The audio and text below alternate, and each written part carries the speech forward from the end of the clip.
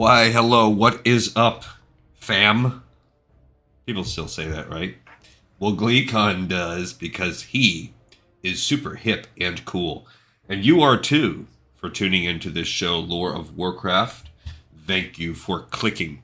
On this show, we try and cover everything in the World of Warcraft universe. Try because it is massive. We've been doing it for a lot of episodes and a lot of time. And we're deep in the middle of a long play of World of Warcraft Classic era. We've been doing the Hinterlands as an Alliance character, and we're going to continue that journey today. I think we'll finish because there's just not a lot to do there, and I've managed to stretch it out quite a bit by messing around with blacksmithing. So stay a while and listen as we take Gleek and Tessa, our classic Alliance human retribution paladin, and we bring her to Darnassus. Now, there's a couple things we've got to do. A couple things and a couple things only. Okay, so first off, we have a bunch of blacksmithing quests to turn in. But we also need rock gizzards while we're out here. So we are going to go around hunting rock gizzards. We picked up the Necrom's Medallion quest. That was from the Netherguard Keep.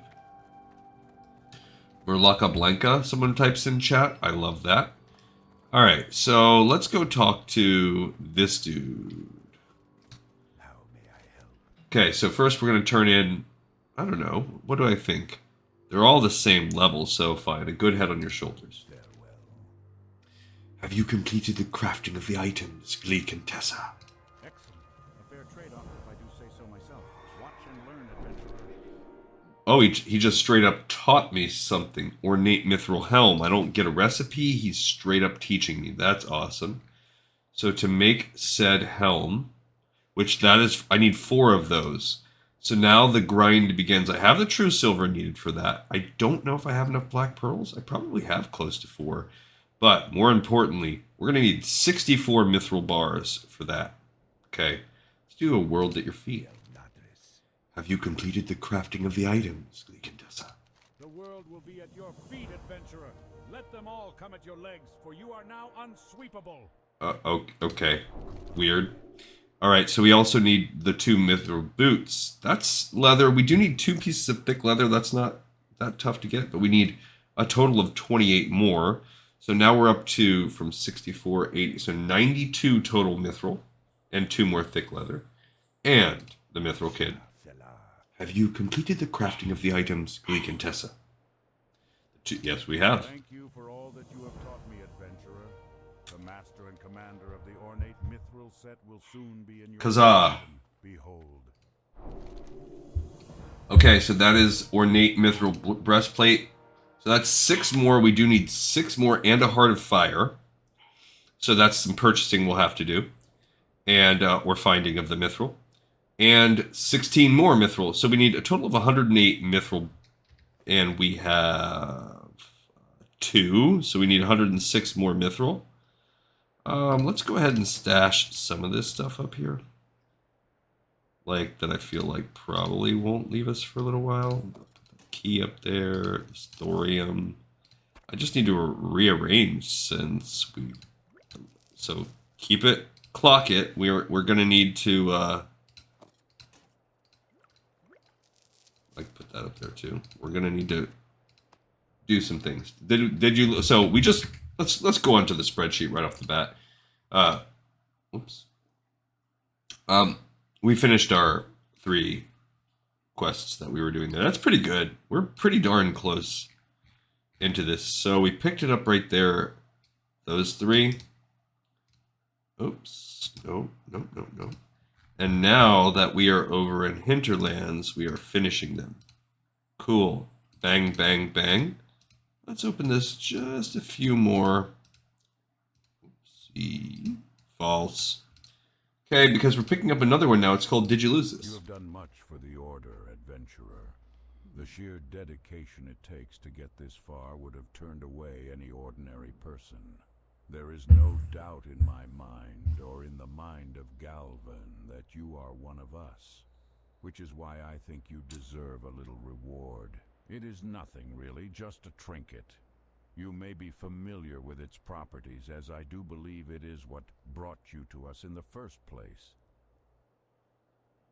Okay. What am I supposed to... Hear ye, denizens of Tanaris.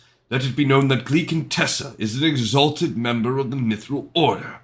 A blacksmith of honor, dedication, and infinite patience. 3 cheers for Gleekintessa. That's cool that everybody in the zone gets to know that I did that. Rise and be recognized, adventurer blacksmith of the Mithril Order. So did you lose this? Also, we got that pretty nifty trinket. But we ain't done. So pick up and turn in that. See, it's tough what I want here. That gives me that nice little AoE boost of basically 250 AoE damage all around me. That's nothing to sneeze at. But this gives me a temporary... Armor of 50 is nothing. But the immunity to fear, the 10 cooldown... That is... This doesn't really have an item level on it. This one does. It says it's item level 50. What if I put this over here? Yeah, see, that's 44. That's 50. Alright, I think I'm going to do it. It's now a defensive thing. No, whoops. Put that there. Alright, I'm taking off the little flaming boot flask, even though it's kind of cool. And I'm now going to open up a defensive thing. I don't know how much it's really going to help me. Immunity to fear is kind of cool. Alright, so now off we go to collect rock gizzards. We need 3 of them. And the next phase. The rest is in Feralis, and then we also have to go back and turn in to Darnassus. So we're just looking for any rocks around here. Hello, hey guys, what's up? How are you? I really think this episode's going to be kind of short today. There's a rock. There's just not a lot to do. Oh, we got a couple. We are a pretty cool level 50. I believe I looked it up. It seems like there's something like more jumpy about my... I think it used to kind of fall down, and now it seems like it just jumps. Could be way off on that, though. Alright, where's the other one? That one gave us nothing. BT dubs. Okay, there is another fire rock out there. Yeah, other than that, we need iron for livers and Grodok livers, so 2 different kinds of livers. Saw a funny comic yesterday. Oh man, I've been seeing some really cool conversation starters on Reddit that I wanted to also bring up. There was after we finished the one where there we go, we got 1 gizzard. After we finish discussing and ranking all of the zones, which we can do that today, we can continue working on that today. There's also somebody put out there, what is the most annoying quest in all of World of Warcraft? I think I have some good candidates for that. Some of the ones that got votes didn't even make my top 5. I don't know why. And there are some, like I just did one in Searing Gorge yesterday. I wouldn't say it's like the most annoying. It doesn't qualify. It's not that bad. But man, it's one I just did. It's called a Ledger from Tanaris. So you pick it up in Searing Gorge. Just some more rocks. These are just regular rocks. It's a little easier. Dang it. Maintenance there.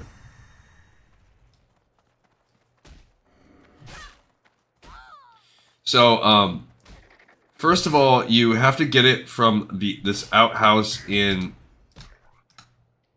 Tanaris. I mean in Searing Gorge. So you're starting off over here, Searing Gorge. You get it from the same guy after being caught. Okay, so step 1, get it there.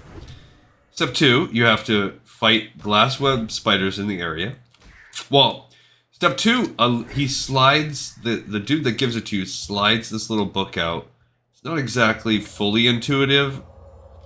So you have to pay attention to that he's slid the book out. And if you screw up and have to find your way back to the zone later, then that could be annoying.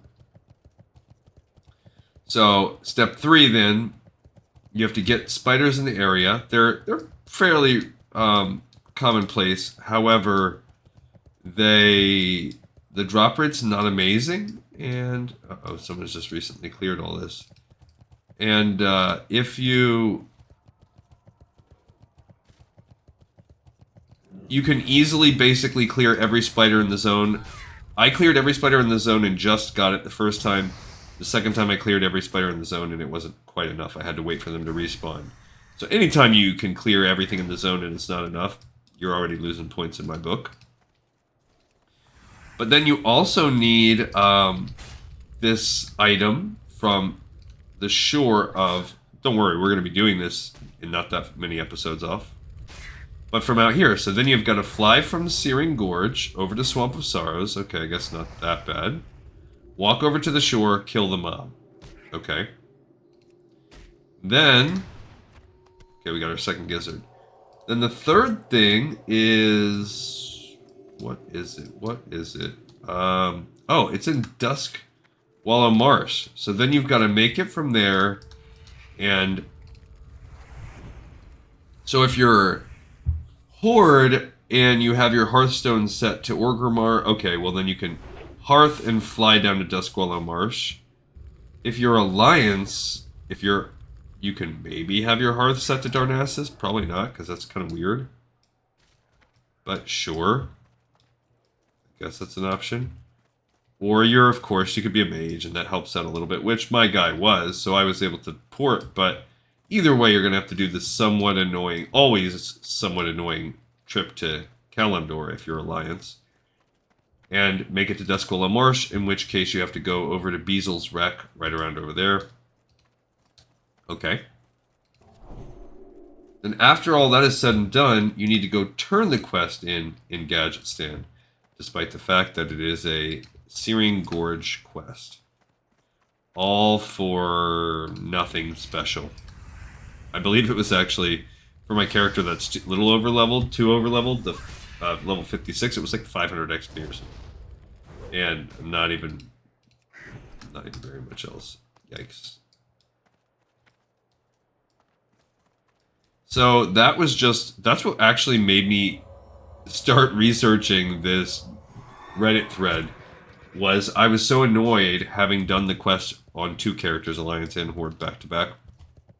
I was like, man, I wonder, does this rank for anybody? But then when I looked at Wowhead, like nobody in the comments mentioned how annoying it was. So I was like, well, I guess I'm in the minority with being so annoyed with this quest. I think part of it is the way that I do it. I think if you just put it in your log and you just kind of do it here and there as you travel the world, no big deal. And that's a lot of different places to just travel around to, so I don't know. Excuse me. For me, the most annoying moments of World of Warcraft are not usually tied to questing. I do have traumatic events, but most of them are tied to achievement hunting. Achievements that are so ridiculously ponderous to accomplish that I spent so much time on them or had to do such craziness to get them that it was very memorable. Actual quests, there are only a few that just jump out that I hate. And most of them come from the Burning Crusade. And most of them, I feel like, have slowly been... Oh, we have some Mithril. Oh, inside this little cave. But have slowly been kind of nerfed over time where they're not as bad anymore. The most notorious one, especially when Burning Crusade was more popular, was in Zangarmarsh. There is a quest. Ooh, good. Somebody just killed it. They cleared the way to get the Mithril. Look at that. See, that's why it was worth just checking out. But there is a quest in Zangarmarsh. It's an escort quest where you're doing it around Sporagar, and you're helping the this bog monster fight Naga, and he moves around this big lake. The problem is the nature of the escort. It's very weird. It's basically like you start the escort quest, but then he will basically go forward and move on his own around the lake. He's very, very slow. It takes a long time. And there's a certain mechanic about when he arrives back. It's essentially like first come, first serve to turn it in. And if you don't get on that boat, if you're not the one, then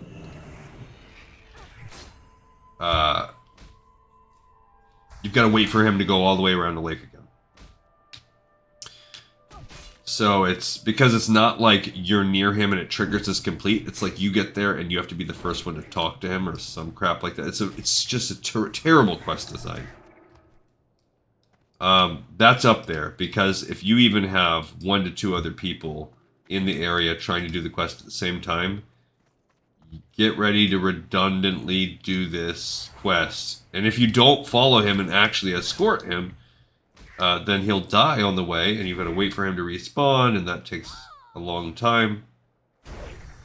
So that quest is way up there for me. The quest where you must feed the Fellhound mob carcasses over and over again and make him poop and then sift through his poop to try to find this key. That one's kind of annoying. That one happens in Hellfire Peninsula.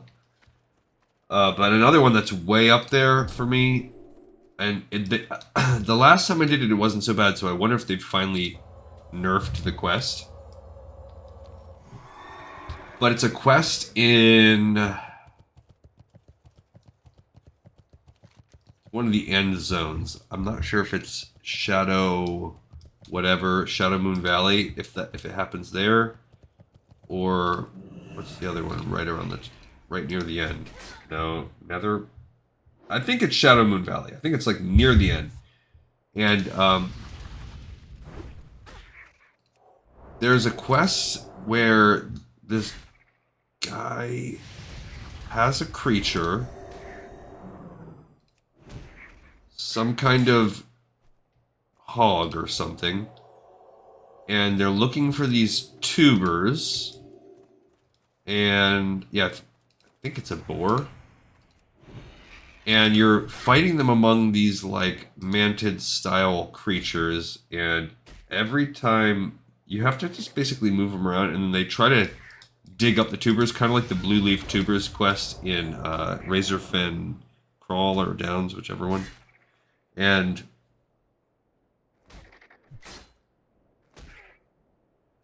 the thing will just, it's hard to find them. It's hard to make it work. And then, geez, we're getting bad luck trying to get this last one. Yikes.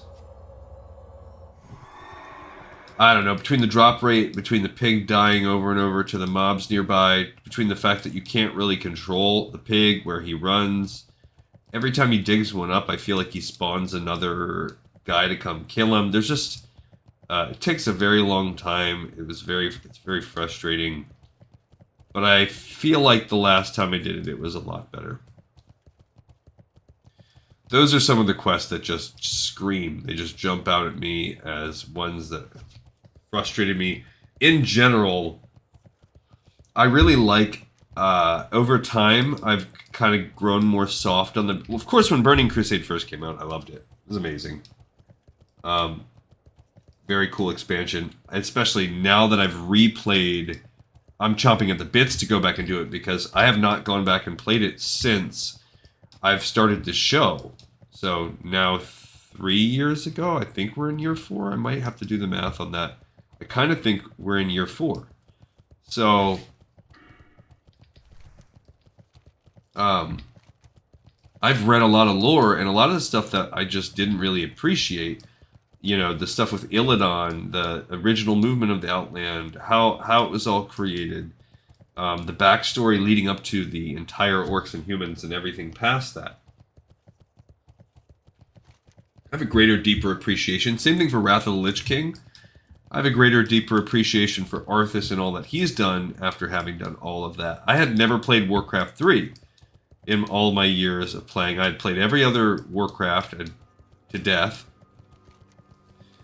But Warcraft 3 dropped in a time in my life when I just didn't have the ability to play computer games. Sorry about that cough. I'm still shaking off the sickness I had. I'm doing pretty good though. I'm getting pretty clear. So I am chomping at the bits for a lot of that appreciation, and I've grown a lot softer. Maybe I'm better at the game. Not that for anyone that watches me, I'm sure at least 5 times an episode, someone's probably like, "Gosh, what is this guy doing? He could be doing this so much faster, smarter. He could just click one button, use one skill, yada yada yada." I know. I suck.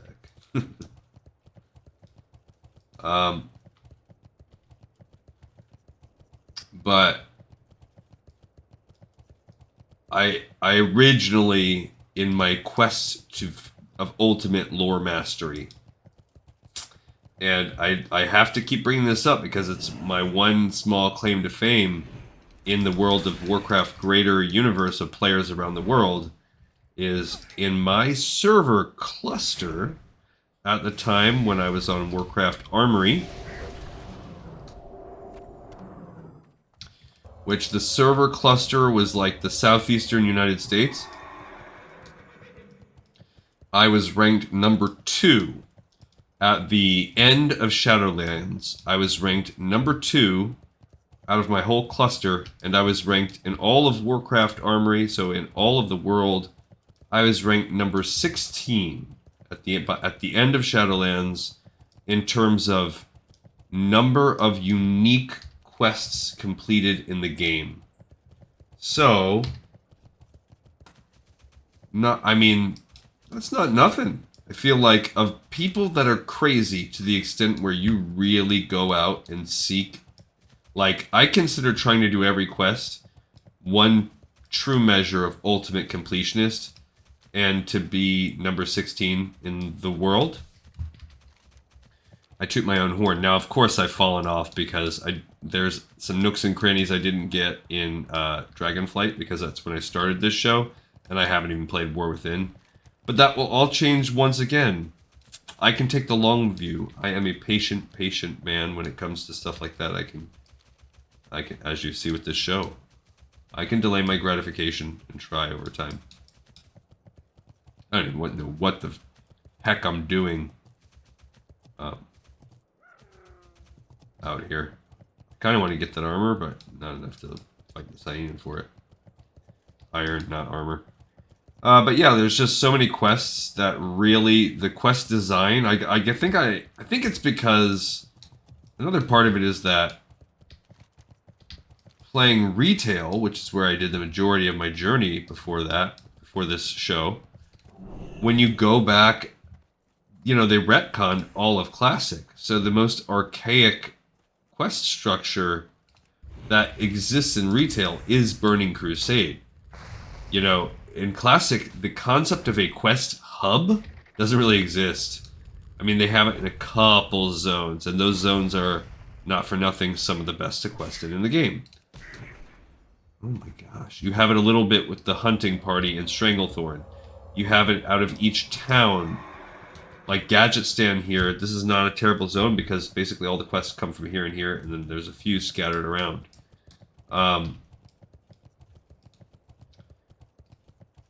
But all of these other zones have like a town and then a lot of scattered quests. It's just not like that in retail. Everything is clustered. It's either chaining you from point A to point B to point C, but everything has 2 or 3 quests. You're always feeling that breadcrumb of progression.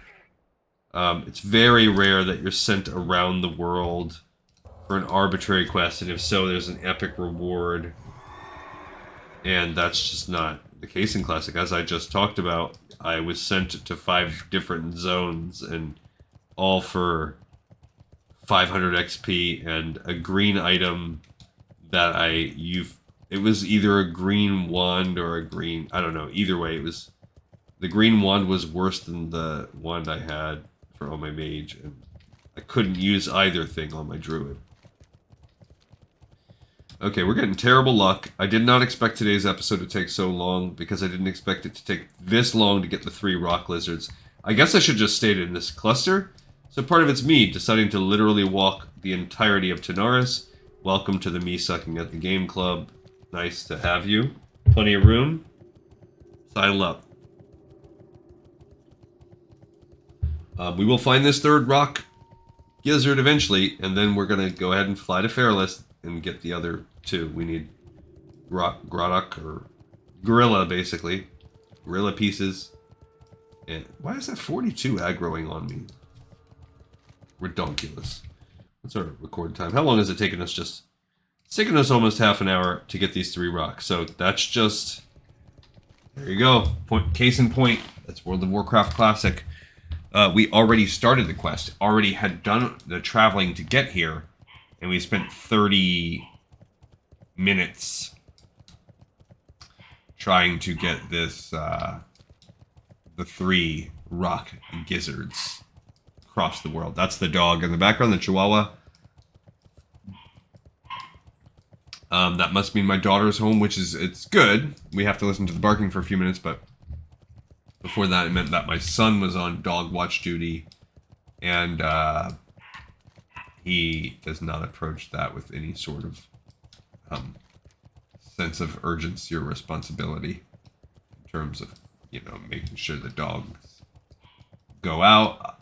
You give them direct instructions, and that's parenting. Well, I guess everyone's different. Every kid's different. All right, here's a couple more rocks. Holy cow! I wonder if someone killed these things, or I don't know, man. I don't know what I just did. Or maybe I skipped this part of the desert. I don't know. I don't know what's going on here. But here's a bunch. Hopefully between all these we can get one.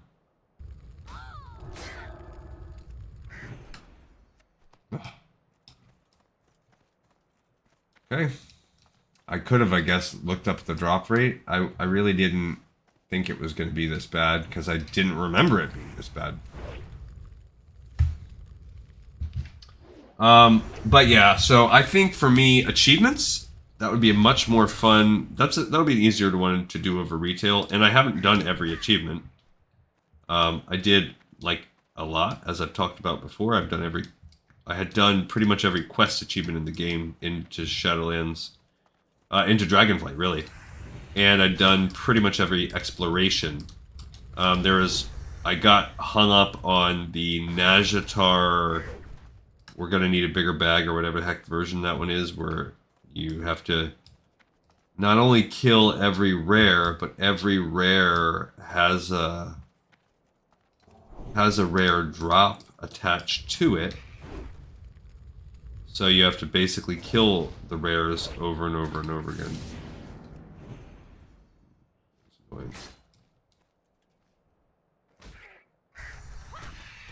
Finally. Man, that was a long time. There's a lot of effort for that. This flight that we're going to do from Gadgetstan to Fairless, we might as well get stinking used to it, because there is a very annoying quest in Darnassus. There you go. That's another annoying thing. It's the most annoying thing quest in Darnassus. There are these things right here that spawn in the world, hippogriff eggs. You may only carry one on your person at a time. And when you turn them in, they can only be turned in back here in Darnassus. When you turn them in, they will be one of 4 different types of eggs. In my experience, the eggs drop at a roughly 25%. So you might get lucky and only need 4 eggs. That means minimum 4 trips here and back from here to Darnassus. Minimum. and it took as many as 6 or 7 trips. So that's something we're going to plan our life around when we do Tanaris, which I believe is the next zone that we're going to do. So where are we going? Flight path. Whoops. Jeez Louise. Okay. 1/3 of that done.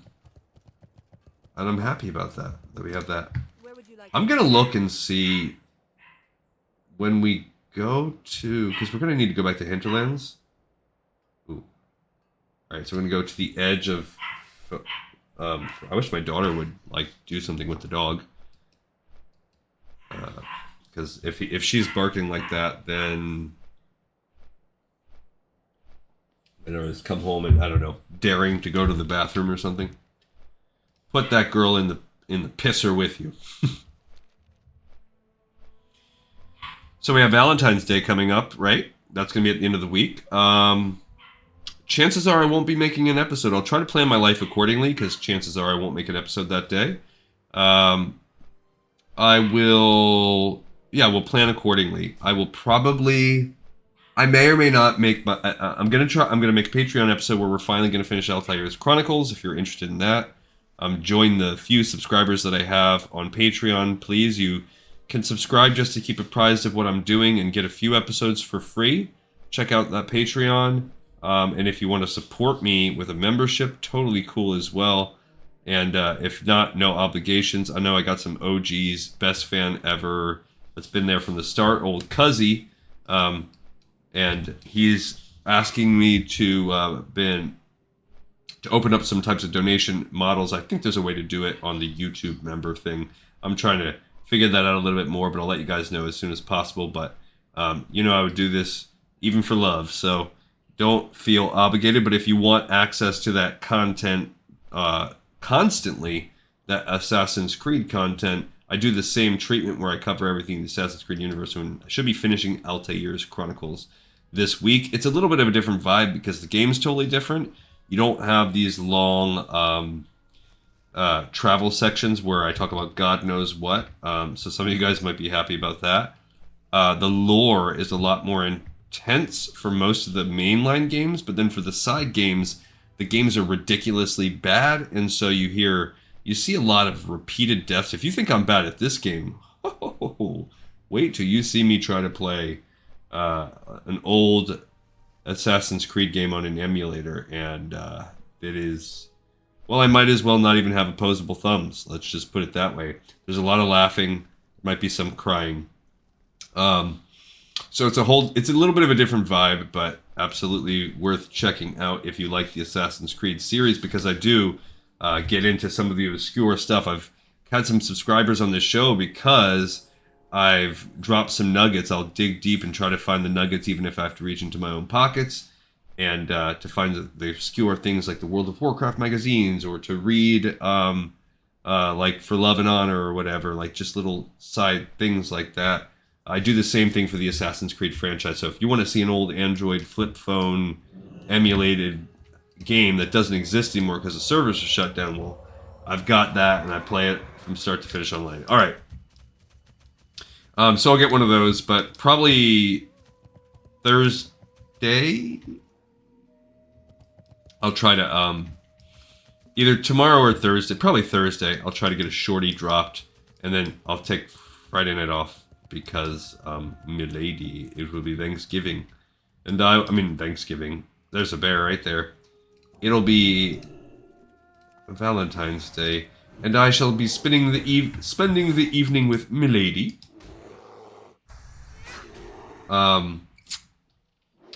So we recently had a we're killing, by the way, we need iron for livers. Luckily we got a bunch of iron furs right here. We had a pretty awesome trip last summer. I talked about it some, where I did a lot of hiking. We stayed at this just beautiful, like what's the name of, there's like a famous architect that basically tried to artistically infuse their structures with nature and build around it. Famous in like the 70s. weird names keep popping into my head that are completely wrong, like MC Escher, artist, wrong. Andy Warhol, painter, wrong. But I don't know why those names are coming into play. There must be some kind of adjacent, like, what do you call it? Like initials or something like that are tied to this person's name, or I'll figure it out. Don't worry. I'll look it up when I'm not killing bears. When we're flying, I'm gonna figure this out for us. Anyway, it was this just beautiful cabin. Calling it a cabin is silly. We got 2 livers already. Already the first of all, these things are much more prevalent, and the drop rate has been better, so that's nice. But it was like a 3 or 4. It was a 4-story cabin. I brought my family, my kids. Built along a waterfall. Every story had multiple balconies, multiple tiers. It was called the Butterfly House. It was all open floor plan, which made for some interesting romantic sessions when you have your kids with you. It's kind of not interesting in a bad way. In a house, sneaky kid. But, like, it was just gorgeous. Not to mention, I love being in the mountains. I love it. I love hiking. Did a lot of really awesome hiking. Which my family more or less hated. My wife, she was a trooper, though. She really stuck along. But by the end of it, everyone had quit the hikes except my wife. She was determined, since I am bound and determined to, in about 4 years' time, if nothing else majorly changes, I am bound and determined to do a through hike of the Appalachian Trail. It's part of a 5-year plan, and I'm a year into that plan. We've already got all of our iron fur livers, by the way. Now we need some gorilla livers, some Grodok livers. We got to be careful, since we're Alliance. That's a Horde Mojache. We got to go around it. The Grodok, there's a little patch here, and then they're all over, honestly. I've never had to go much more than past around here. I don't remember where all this comes from. What the whole point of it all. I just talk, and then it all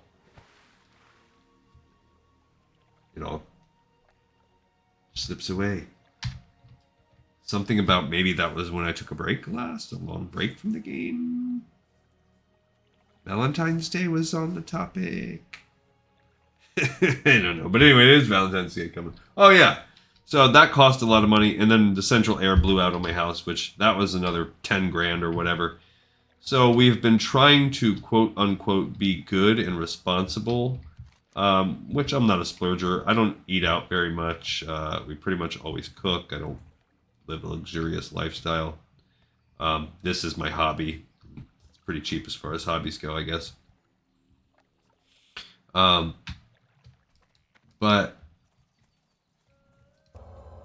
I did get her some high quality, high thread count pajamas. So see if she likes them. You never know. And then I also ordered like this. This I already told her it's coming any day now, but like these super fancy chocolates, and I cannot wait to eat them. It's okay. See, these are these Grodok apes. We just got a liver right there, 1 liver down. Oh look, there's some kind of knolls in there. But there's just like all kinds of really fancy, like gourmet, experimental. Like there's a Bananas Foster chocolate. There's some kind of mango explosion. I don't know, but it just sounds good. And since I ordered them a couple days ago, I just can't stop thinking about them. I want to eat them. But that's that was a splurge because it was way too much money. It's a lot of money for that. And I'll tell you guys if it was worth it after I get it. But I also think I mentioned this on the show. I'm going to try to give my wife the present. Hopefully she didn't get me anything very much. And then we can go where I want to eat for dinner. I don't know if that's messed up of me, but I really love this sushi place. It's about half an hour away from where I live. But I freaking love it. It's like my favorite sushi place. We don't go very often because my wife doesn't really like sushi. Like if I get a roll or two, she might eat like one piece of sushi. But she's just not really into it. She doesn't like seafood in general. But I love sushi, and so good. Just so good. Especially if you can get high quality. Sushi's though one of those things where it's like the variance, I guess most foods go like this, but the variance level of the quality of sushi is all over the map. Some sushi is, cheap sushi can be so bad. Okay, we got some mithril up here. Detour. Can we detour for that mithril? No! Fell in the water.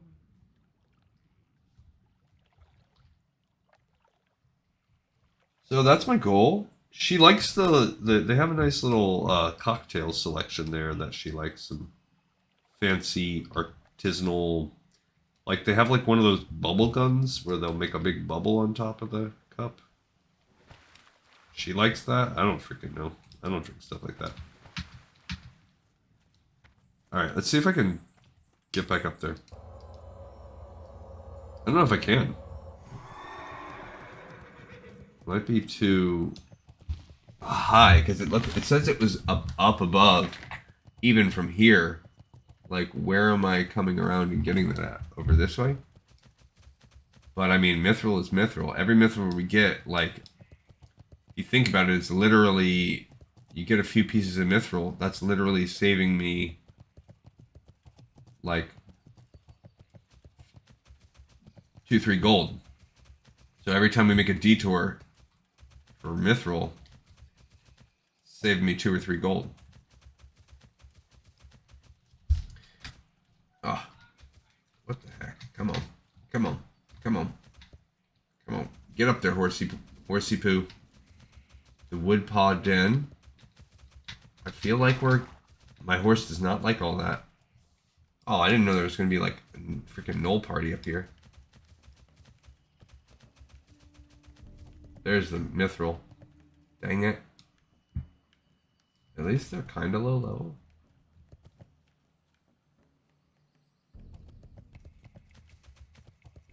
How many gnolls do I have to fight to get this? If I can reset them by coming up here, then it'll be worth it. Jeez, how many do I gotta fight? Okay, we're gonna see. We're gonna see how it goes. Ow.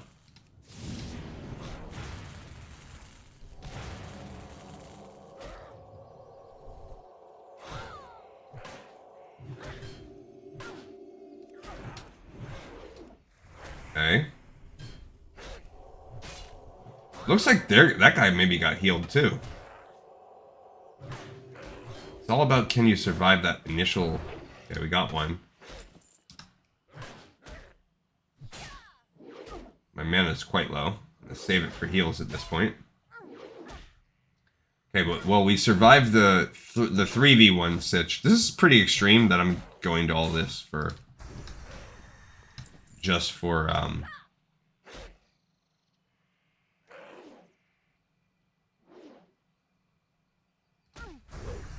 That was nice. That I'm going through all this trouble for a stinking piece of mithril. But I guess if you think about it, would you kill 3 mobs for a couple gold? Yeah. Okay. And then I'm gonna go and it's gonna be like a twofer. Like 2 pieces of mithril for it. Just watch. 1, 2. No. 3. Okay. Well, if you think about it, a 10 stack of mithril ore can be around 3-ish gold if you get a good deal. Yikes. So that means 3 is a third of that. So that was basically like a gold. So yeah, would you do it for a gold? Yeah, I would. Why not? Alright, so this is where I typically actually come to fight these Grottock apes, right along here. Actually right past here. This is where I fought, this is where I did this before. When I did this on my other characters. And we already got lucky and got one. It's good though because there's just not a lot. There are bears here too, so you could mix this with your iron for hunting if you wanted to. Problem with this is the drop rate is not amazing, and the spawn rate on these Grottock apes is also not amazing. So, my favorite combo.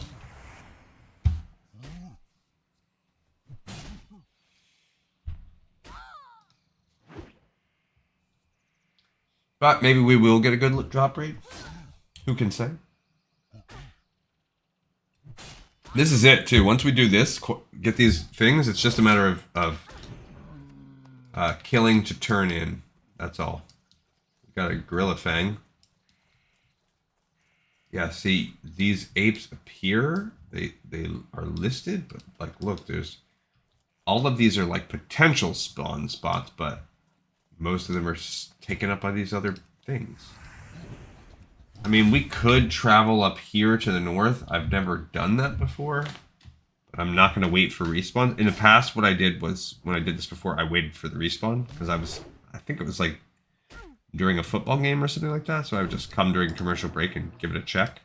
I'm not doing that this time. So we'll travel if we have to, but maybe we'll get lucky. And we have all down there I didn't check yet. Nice. Strength of stone. But we also just killed a few and got nothing, so bad luck. Okay, who dropping heart? Me dropping heart. Me dropping it. I'm just kidding. I'm not dropping the heart. I'm a liar. I'm a liar. I lie. I mean, don't we all lie a little bit?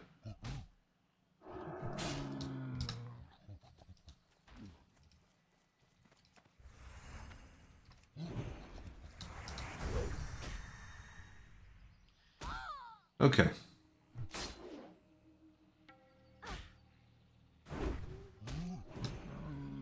Jeez. I don't know why this quest is being so difficult.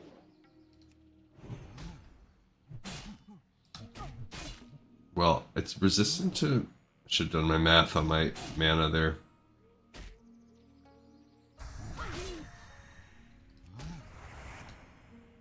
Alright, so... there we go. We got our second liver. Time to eat. I'm going to drink one of these. And what was this? Where's our... I thought we had a... yeah, let's eat this soothing turtle bisque. Okay, so we need one more liver. We got to find... we've got to find a little bit more gorilla. Hopefully at least one more. Meanwhile, we're getting pretty good in terms of our level. We're getting close to level 51, just finishing out this. I think to fly back, what we're going to actually do is open up this flight path over on Feathermoon Stronghold. Pat McGrubbin. McGruber. And after that, we will fly back to Darkshore, Hearth. Hearth back to Stormwind. Check the auction house for the price of goods that we need for the Art of the Armor Smith. Just to see if we can bust that out. If it's not too prohibitively expensive. There's an ape. Me coming for you, ape. On the other side of these, that's more bears. Why are there so many bears and not enough gorillas? Dang it. Sometimes when you see that little loot quest where it's like you get nothing, but it's circled with like that blinking yellow light, like a quest item, you're like, did you want to drop it for me? And then for some reason it just changed your mind at the last second. Jerk. Lots of bears. Alright, we got no luck there. Okay, so now we're gonna head north, I guess. We'll start walking in that direction. Maybe we'll get lucky and catch one respawned gorilla on the way. Any gorilla could be the final gorilla we need. So maybe. And if not, we're gonna just head up the road a little bit because it's not that far past. We need to go to there to swim over there. Yeah, I still see the dead ones that we killed.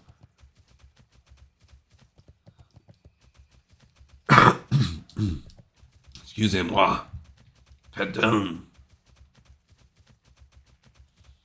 Yeah, this journey is going well. I am looking forward to tackling some of the other... There's an ape. Tackling some of the other things, and also in playing retail. Now, I don't know. There's all kinds of rumors. People have suggested maybe there will be a Burning Crusade Classic.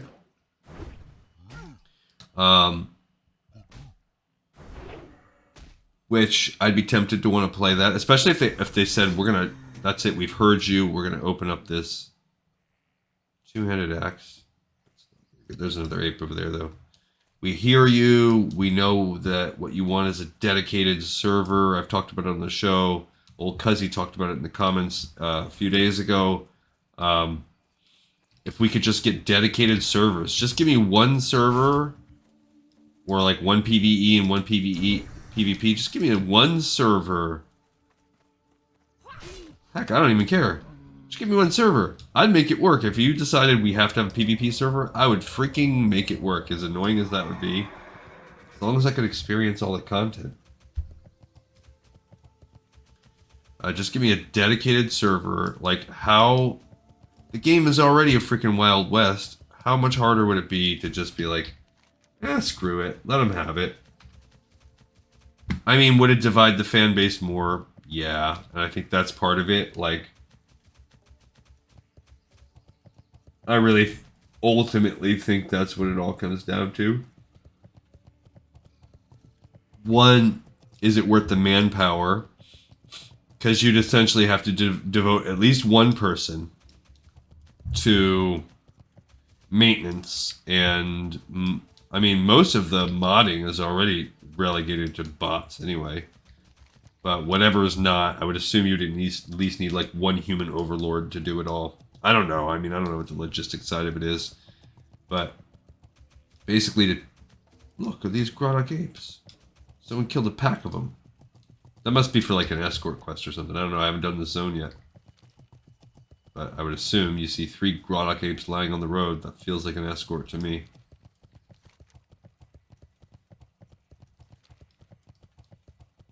There is that chicken quest. I bet you it's the chicken. Freedom for creatures.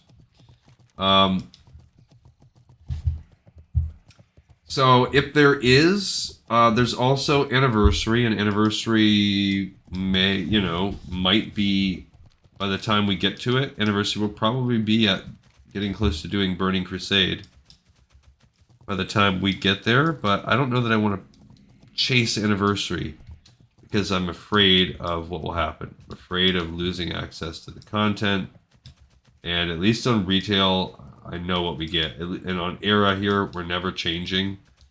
I just don't know why we can't have... Well, these are stronger ones, little 50s. Okay, maybe the drop rate's better. These big boys. These Thunderers. It's a big one. No, it's like 3 times my size. Felwood summons.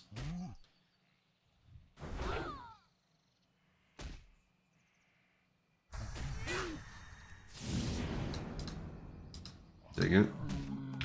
Nope, tough to gorilla hair on that bad boy. Okay. That's an Iron Fur Patriarch. Big old bear. There's some big old creatures out here. I literally don't think I've even been on any of my characters been over here yet.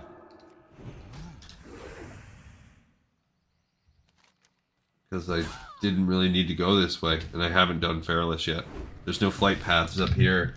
It leads into what? Deathless? I don't usually come this route into Deathless. Into Fairless, I mean. I don't know if it was worth clearing that or not.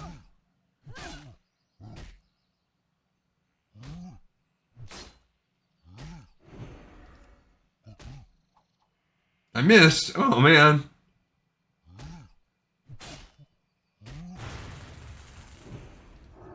Are you kidding me? Oh my gosh. Well, we got the liver from him, thank goodness, because that dude wrecked my life.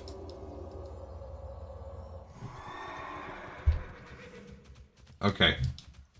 Now we're gonna go over to the flight path. McGrubbin. We've finished the quest, finally. Now it's just a matter of traveling to Darnassus to turn it in. I see. No, get away from me, you stupid wolf. I saw something over here. I saw an ore. Oh, it's gold? Dang it. Freaking gold. Why is my dog freaking out again? What are my kids doing? That little ding-dong.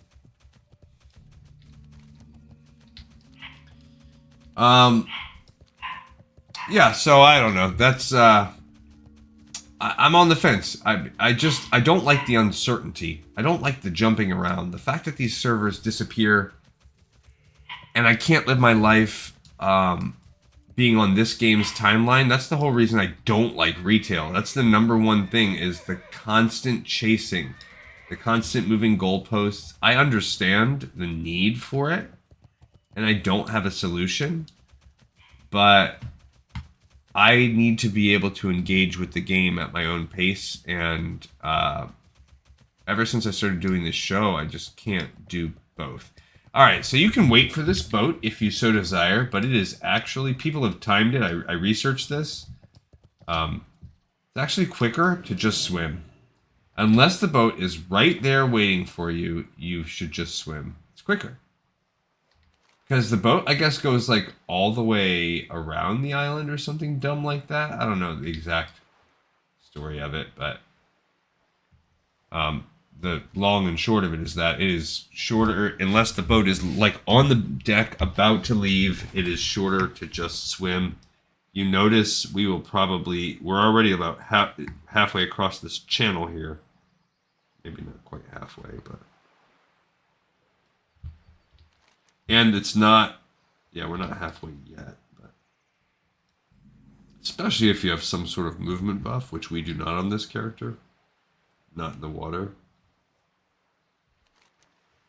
Now we're about halfway. That boat's still not there, by the way. And once it gets there, it's good. Okay, it's now making its way back there. So by the time it gets there and then sails around the island and comes back, if anything, it's close to a wash. But no, I'm pretty sure we're going to beat that boat. But yeah, I read multiple people who have timed it. I watched a video of a guy doing both, time stamping it in fast, whatever they call that, time elapse or whatever. So yeah, quicker to just swim. I'm not exploring this isle yet. I'm not doing anything on Feather Moon. We are just going to get the flight path and get out of here. Heck, I might have already been here, but I don't think so. I think that just explored. It says discovered Sarder Isle, so that must be this piece. And we're going to now fly from there to Rutthorn Village to turn in Favored of Elune. And then, like I mentioned, the hearth, the shop, and then going back to the Hinterlands. I'm not going to sell that boot flask. I'm going to put it in my bank.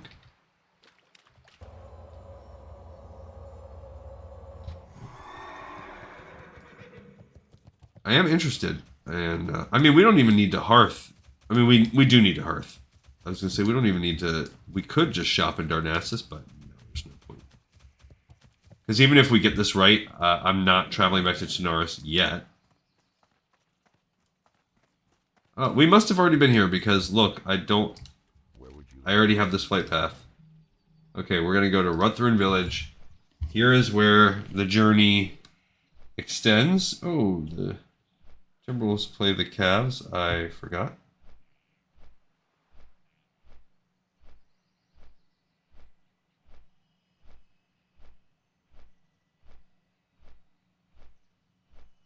Okay. All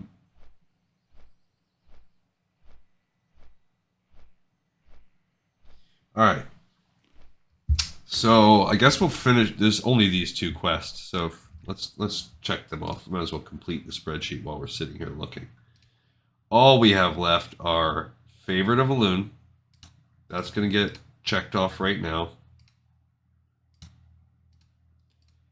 Then that will open nothing, and then the Kalimdor Cocktail and the Rhapsody's Kalimdor Cocktail and Rhapsody's Tale. That's it. That's all we will need to do. This will be done. So the next episode that we start, this will be Saturday, where we'll kick off Hinterlands as Horde. It'll take a little bit longer because you have to do a few other things. So there's a Rivantusk Village is a much more robust quest hub than Airy Peak was. There are still a couple other random quests just like there were.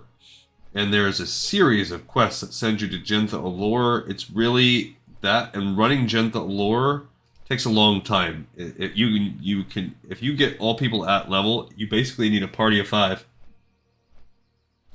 You could run it with like a party of 3 or whatever, but it's basically a full party job. I've done it with a party of 3. It was just slow going. All right, while we fly, let's continue the project that we started before. Ranking every quest, every zone.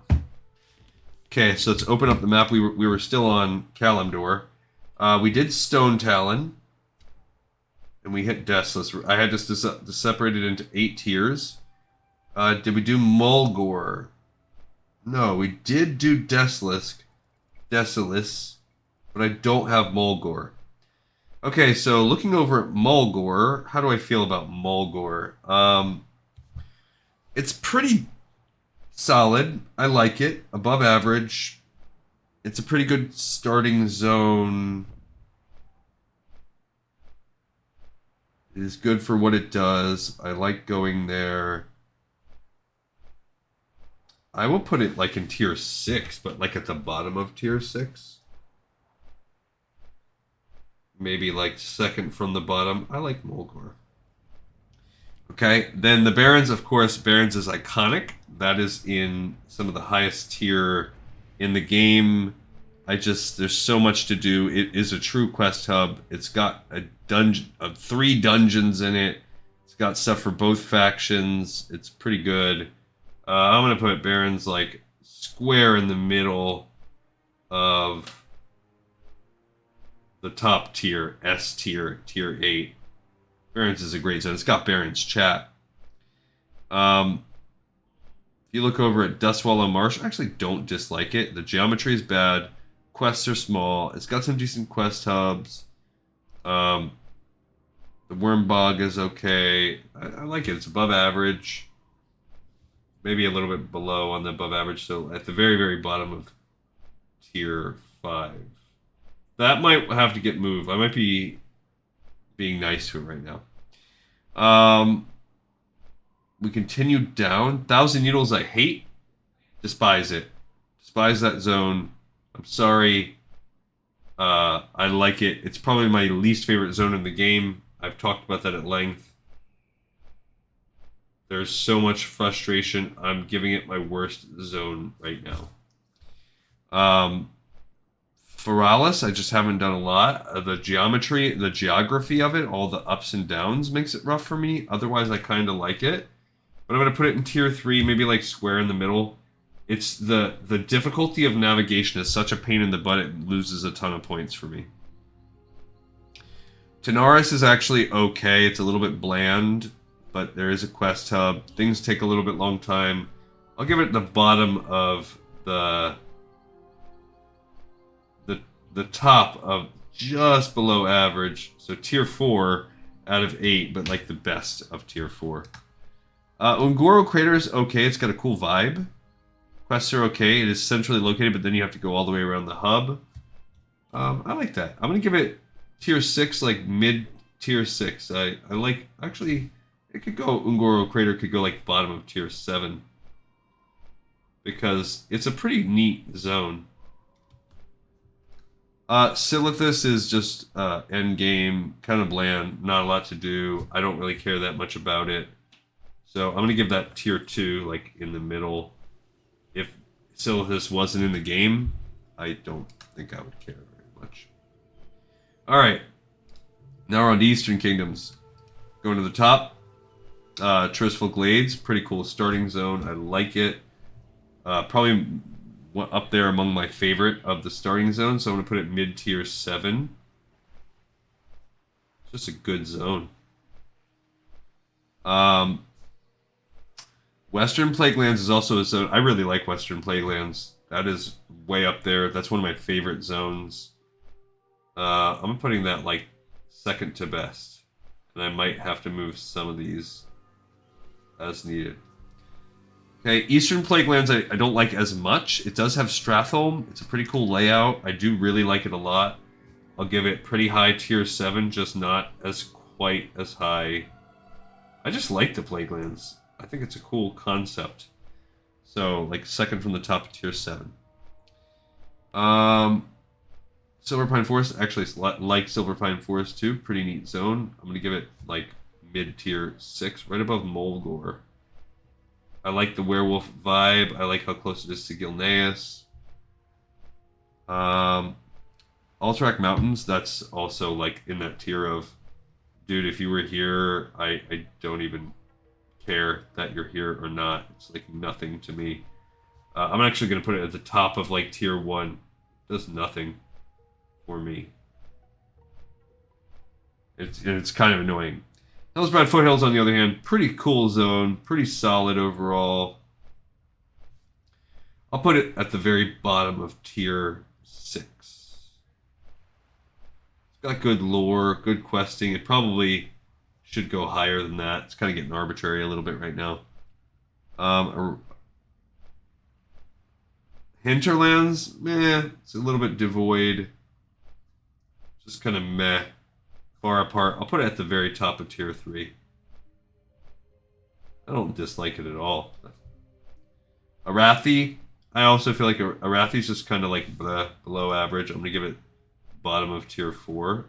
Tier 4 is now locked. Nothing else can fit. Okay, and that brings us into Wetlands. I guess I like Wetlands just a little bit better. I'll put it like mid-tier. I mean, I don't know. I don't care that much about Wetlands. Is it worse than Arathi?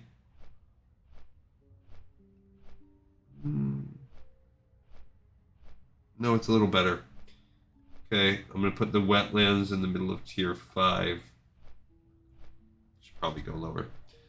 Loch Montana I actually really like. I'll give it mid-tier 6. Tier 6 is full. Dun Morag, I just find it the most boring of the starting zones. So I'm going to give it like bottom of tier 2. I just don't really like it. I think it's so bland and boring. Searing Gorge, small. Just meh. I'm going to give it bottom of tier 3 because it is barely above. I don't really need it.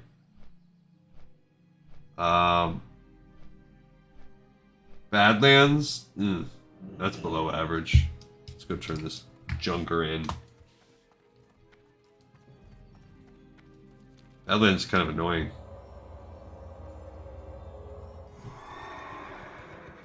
But I do like the exterior quests of Uldaman. That part I kind of like. Favorite of Elune, baby. All done, all done. Try to avoid them if you can, Contessa. The Wildkin may misread your interests and intend to do them harm. Thank you for bringing these to me, adventurer. Some good gold. What did you learn of the Wildkin? Perhaps these feathers will tell us more. Ferocious monsters, or simply misguided pets? One day I'd like to know the truth. I'm going to continue my research. Please come back and talk to me again after some time has passed. So, I don't know when. He has a quest. It's just not available yet. Alright, so now we're going to hearth on out of here. We don't need those gorilla fangs. Okay, so while we're back here in... Excuse me. So right now we have 8. We have 8 total mithril. So remember... Let's look at what we truly need. 16. I think I said I need 108. 16.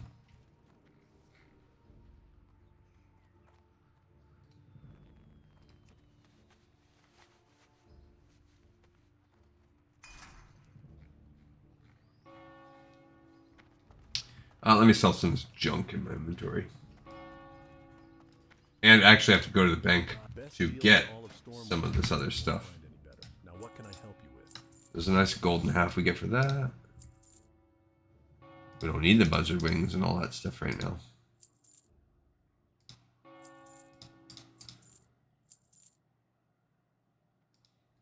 Okay.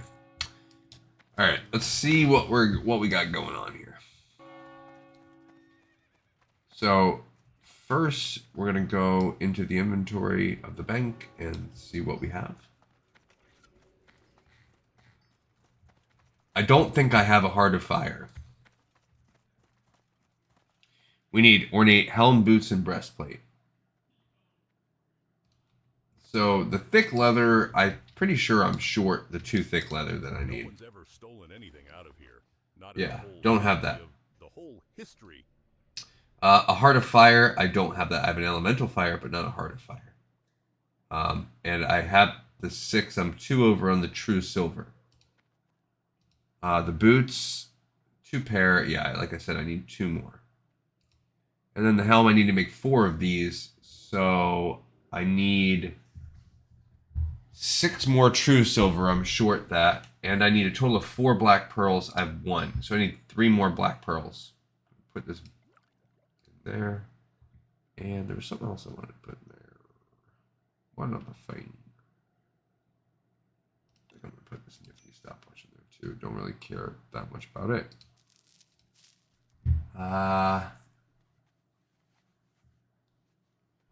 That's probably good. Okay. Go with honor, friend. I'm out of range. All right, so first off, I need 3 black pearls. Let's see the cost of that. We're gonna do the overall cost and see, can I get out? If I can get out of this entire shopping for 40 gold, I'll go for it. If not, I'm not buying anything. We're gonna wait and reassess later. Okay, so black pearl. Black pearl costs 16 silver? That's nothing. Okay, so that's pretty good. So I can get all 3 for about 50 silver. Okay. Like I said, I need 6 true silver. So if I just straight up look for true silver, a single bar is about 2 gold, or the ore is only 14 silver. Oh yeah, that's way better. So I can get myself out of here with 3, 4, 5, 6 at about 17 each. So that's 6, basically a little more than a gold. Okay, so I'm just over a gold and a half for the true silver, the black pearls. I have all the solid grinding stones I need. Okay, what about a Heart of Fire? That's 8 gold. That's a chunk, right? Now that's for 2 of them. They are all sold in pairs. There we go. No, okay. That's 4 gold. Alright, so I'm at about 5.5 gold. Okay. And what about thick leather? I just need 2. That's cheap. So I'm at about 5 3/4 gold. And now here comes the mithril. 5 3/4 gold, totally doable. The mithril itself, I have a total of 8. I need...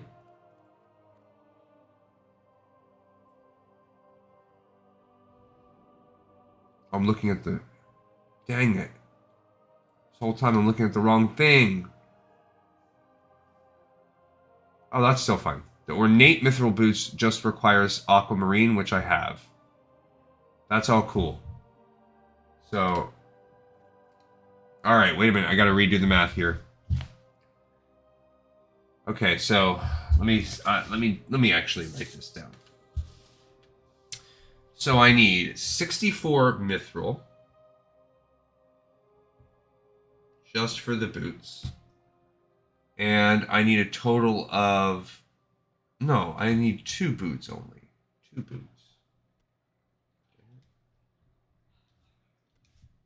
Okay. So let's start with the helm. Okay, there you go. I need 64 mithril for the helm. I need 8 true silver, which I have, and I need 3 pearls. Okay. I have the 4 stones. That's fine. Then for the boots, I need 2. So I need another 28. So that brings me up to 92 mithril. Plus 4 true silver.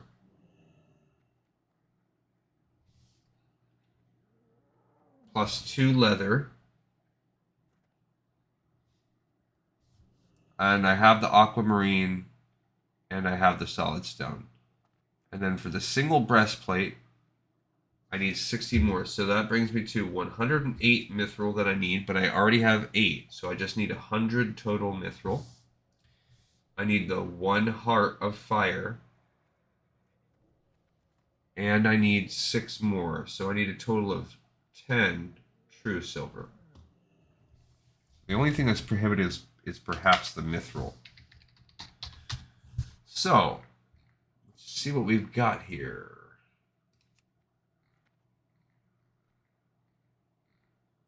So mithril bars are half a gold each.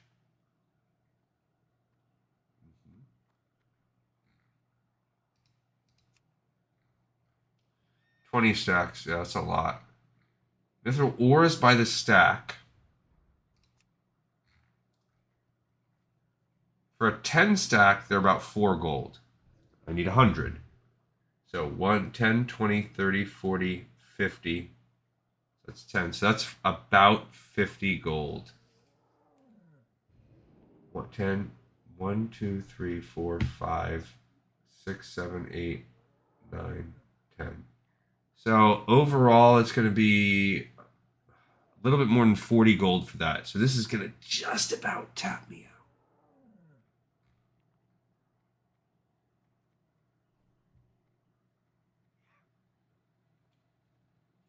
Unit price, 39.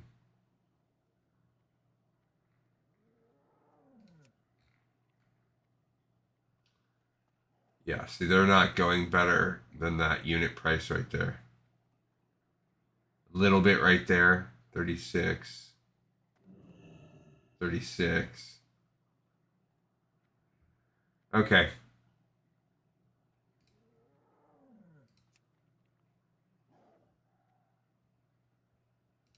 All right, so if I tap myself all out, I can do it. All right. 10 gold. 20 ore. 30. 40. 50. 60. 70. 80.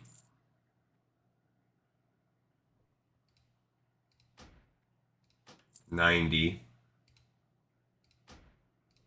Okay, I got 100 ore. Getting pretty broke already.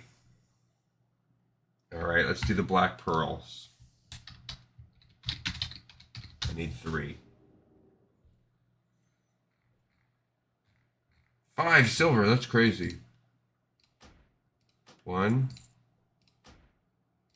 2, 3. Okay. True silver. I need 10. Spelled true silver wrong. The bars are ridiculous, so we need...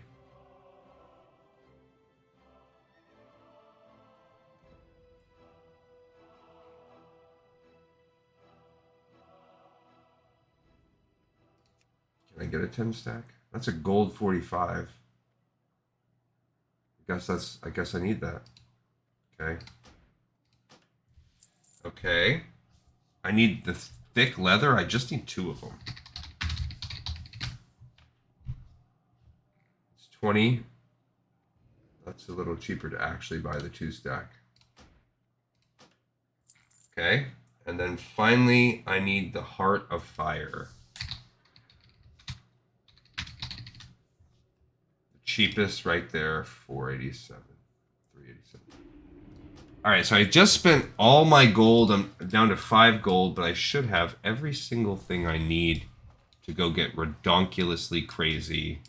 That was a spending spree. But I'm going to have Order of the Blacksmith done. 10, 20, 30, 40, 50, 60, 70, 80, 90, 100. 1, 2, 3, 10 of those, 2 of those, bang. Alright, let's go now build everything. This will take a moment, and then after this, we're just going to fly back to Hinterlands to turn it all in. Because we're pretty much done with this quest, but... So it's going to basically cost me about 45 gold to do the Art of the Armorsmith final quest, buying pretty much everything from the auction house. What's the point? Is it going to be worth it? I don't freaking know. But at least I'm a paladin, so I don't have to worry about spending money on mounts. Kind of. This is also going to raise me 7 points of blacksmithing, so I'll be up to 244. That's good. So I'll be able to learn this Dazzling Rapier. But I think we need to be at 250 to really get some of the other stuff in Booty Bay. So let's go ahead and smelt the 106 mithril. Well, while that smelts, should we continue our journey of looking? Well, I actually can't open up my map to really look at the rest, but I think we did a lot, and I also already hate my list so far.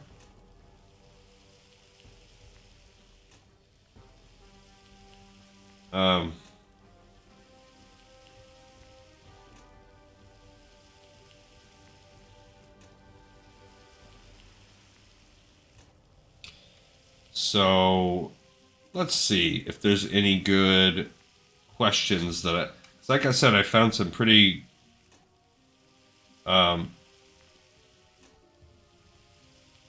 good ones on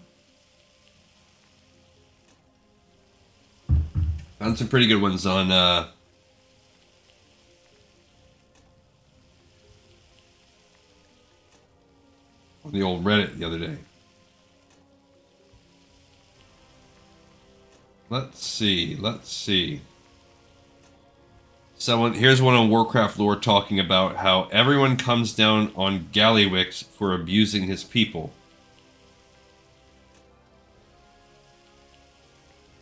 But the Volpira bust... This must be... I don't know if I'm missing something. The Volpira busting peon unions? This must be from like current stuff that I'm just not privy to. So let's not do that. I don't want to spoil anything for myself.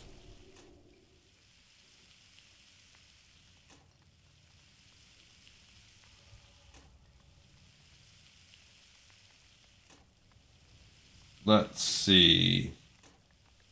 Forsaken sexuality. You guys want to read about that? What do we know about the Forsaken engaging in sexual activities? Does being undead render them asexual, or do they still feel attraction to each other? Someone's like, finally, the hard-hitting questions we need.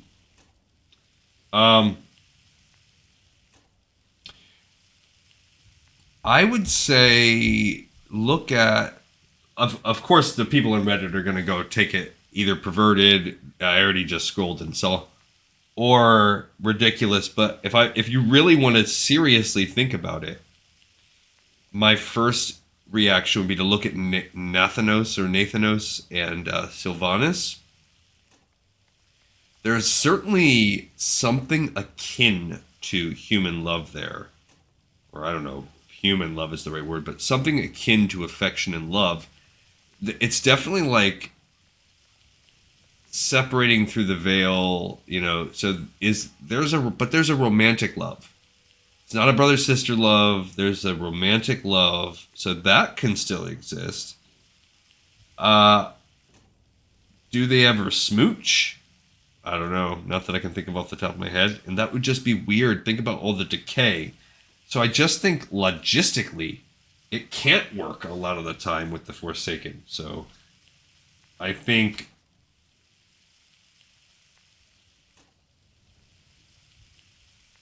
the question kind of answers itself if you just think about what the Forsaken are. So, nah.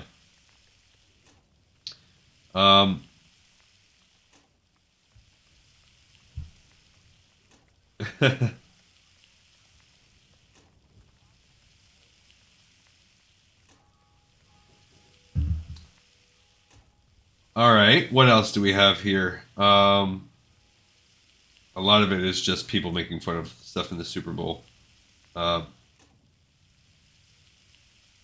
Which, I mean, we didn't even talk about that Super Bowl. Jeez Louise.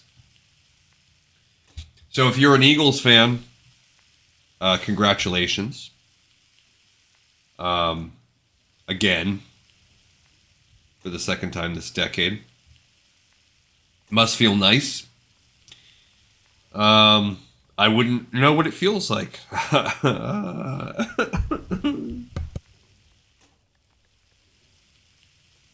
had to mute the mic while I cried. I have spent a lot of this playoffs hate watching the many of the other teams, not all of them. And as each team that I kind of really don't like or mildly don't like went down in flames, it just brought me a little bit of joy. And I was really hoping the Eagles would be that last domino to fall to surround me in this warm, gooey misery loves company. But like not gooey in a mother's womb kind of way, like just gooey in a, like, we're both sitting in the same pile of crap together.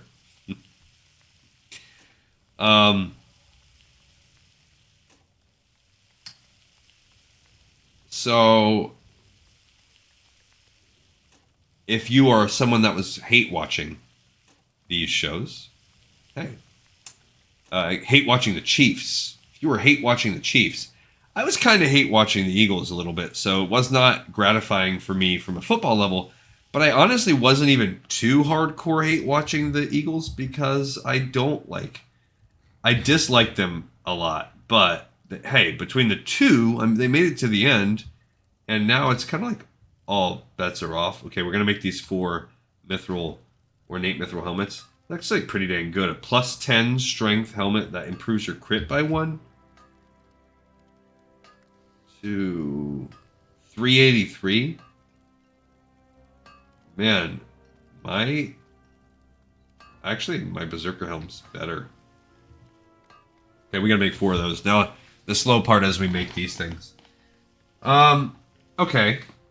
So... But I get that. So if you're, say, an AFC West fan, you like the Raiders, or you like the Broncos, or you like the Chargers, okay, congrats. There's a lot of people that were just like, I hate the Chiefs. The Chiefs get all the refs. Now, there is a lot of... It does start to kind of get in the zeitgeist where it's like, the first couple plays that went against the Eagles, I'm like, that were questionable.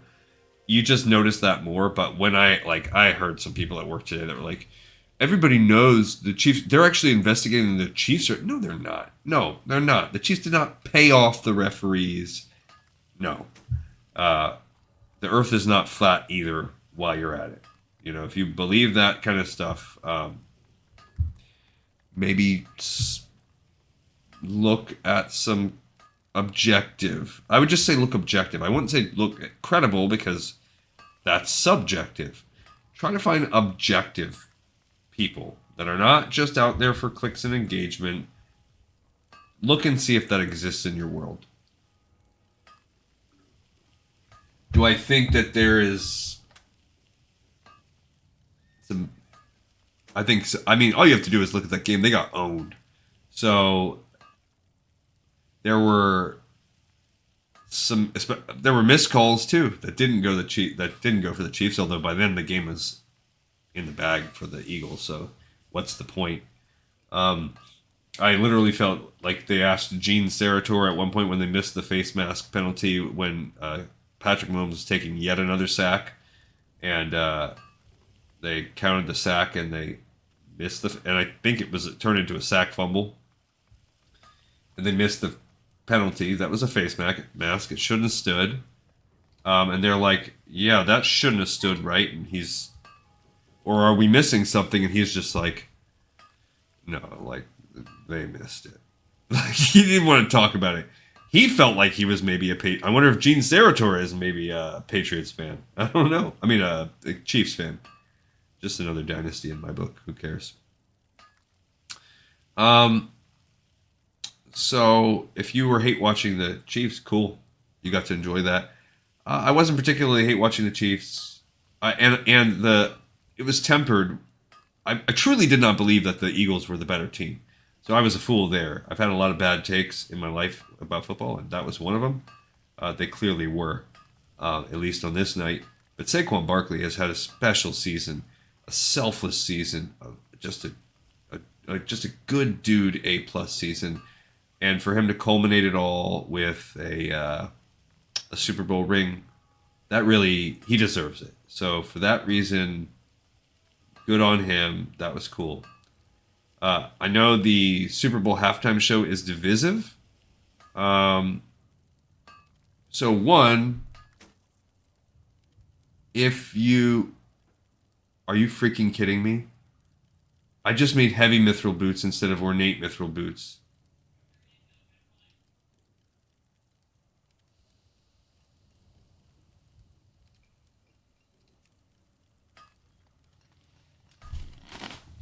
Bro. I'm an idiot. I don't think I even have enough money to fix that either. I can't believe I just sat there and did that.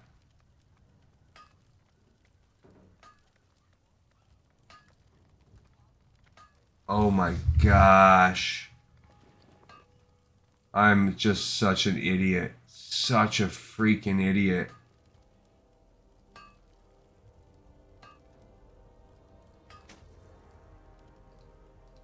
Such an idiot. I have the true silver. I have the aquamarine. The leather's cheap. I would need 28 more. I don't think I can afford it. I cannot believe I did that. So you want to be a blacksmith? Wow. Grab an apron and a hammer, lass. Let's see what you've got. That's just perfect example of what a freaking fool I am. Wow. If they try to tack on import fees, just tell them you're gonna buy your gear from. Sometimes I truly can't believe myself. Like it's actually sort of impressive how freaking dumb I am sometimes. The leather I'm not worried about. I cannot believe I did that. It was oh, it's yeah, buying 8 mithril leather, it's the fact that I would need 28 mithril bars. I don't think I can afford 28 mithril bars. I know I can't. I have 6 gold. I don't have anything I can sell. Maybe some crap in my bag. Probably not. We'll go ahead and peek at the auction house just to see. Do the math real quick and see what I can get with 6 gold. But holy cow. 28 mithril. It's gonna be, I don't know how much it'll be for 8 thick leather too. That's, I think it was like, that's gonna cost me probably more than what I have. Freaking A. What an idiot I am. I cannot believe I just did that.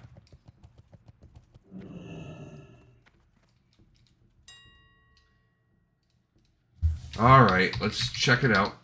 I need 28 mithril.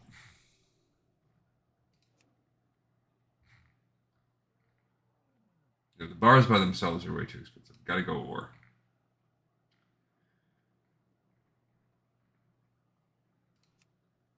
So, yeah.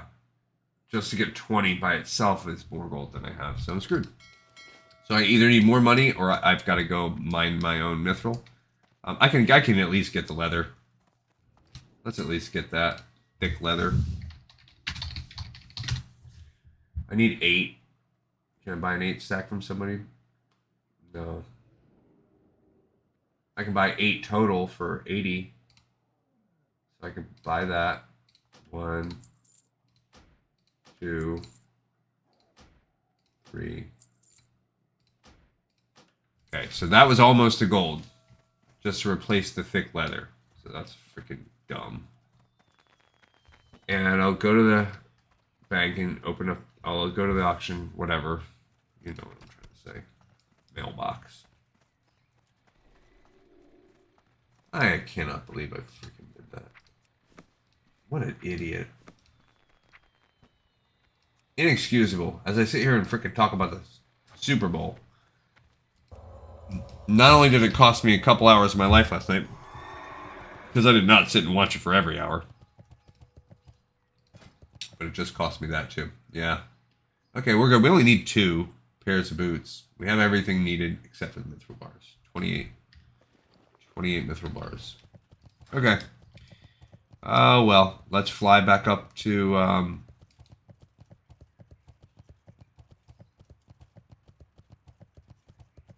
Hinterlands and turn this in. Just a disappointment. Look at this is why I did a whole nother episode. I'm like, it's just gonna take so stinking long. Faster than even the swiftest horde. I mean, we're pretty much done. We're just gonna go turn this in, but it's been an hour and 40 minutes. So just messing around with some crafting. Yeah. So anyway, you got the game. It's never fun to watch a blowout unless you are the fan of. Like I just said, unless you hate watching the Chiefs, you're a fan of the Eagles. It's not fun to watch a blowout because even if you're a fan of Saquon Barkley or whatever, like, cool, he won, but he was not. He was shut down in that game.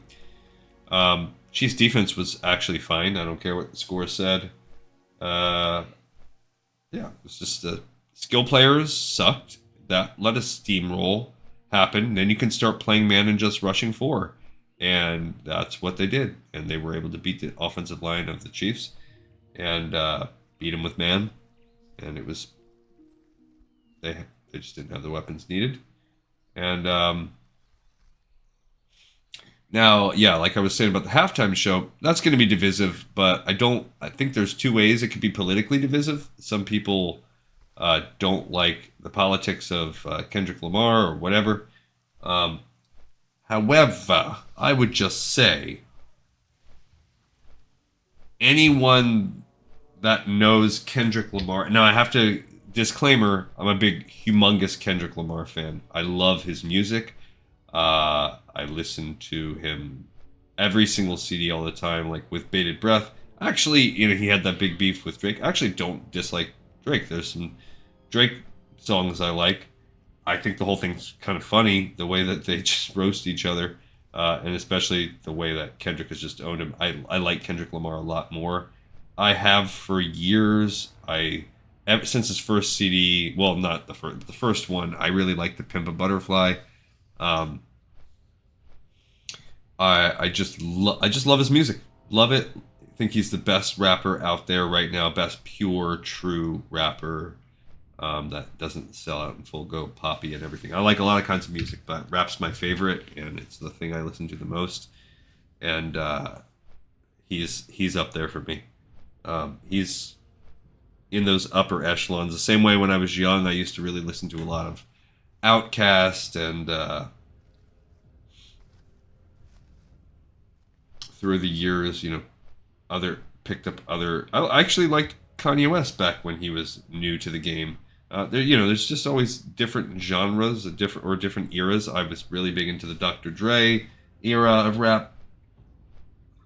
I liked DMX a lot back then. But anyway, so if West Coast rap is not your thing, or even harder, like just pure rap in particular, you're not going. I understand not liking it for the rap side. That's totally fine. If you're not into rap, I thought the choreographs were cool if you were into the messaging. It was a combination of some political messaging with also little digs at Drake and digs at, you had the whole Samuel L. Jackson, Uncle Sam, calling it out like this Super Bowl has an audience, a captive audience, where you are including giant swaths of people that do not care for pure rap music, and yet you paid Kendrick Lamar to be on this stage and do it. So if the NFL or anyone else thought they were going to get anything else other than that, they were fooling themselves. I'm just glad as a Kendrick Lamar fan that he went out there and was Kendrick. He didn't pull punches. He didn't popify his songs. I always think about, for me, one of the worst halftime shows ever was Coldplay. I love Coldplay. I think they're a really good band. But it was kind of the beginning of the end for Coldplay when they played the Super Bowl halftime show, because they were just so poppy, and they have almost like never been the same since. Their older music was so soulful and emotional, and it just got so poppy and really pasteurized, So anyway, I get it if it's not your cup of tea, but for me, it was the best part of the Super Bowl. It was like, oh, cool, I get to watch a televised miniature Kendrick Lamar concert, so that was pretty cool. But for those that are mad about the politics or whatever, I'm not even saying that I necessarily agree with Kendrick Lamar's politics, but it's what he was himself, so you can't really fault him for going out there and doing what he's always done. I saw somebody posted on Reddit where they were like,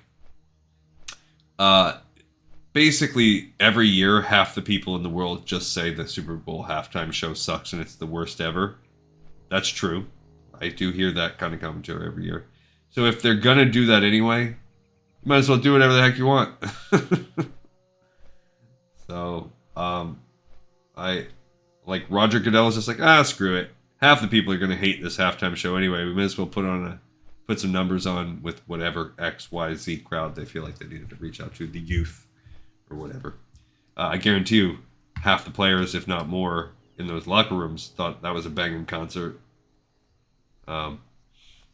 So anyway, that's probably the most hot takey thing I've done on this show. I usually don't get in there like that, but I just like Kendrick Lamar's music so much. I have to gush a little bit about him.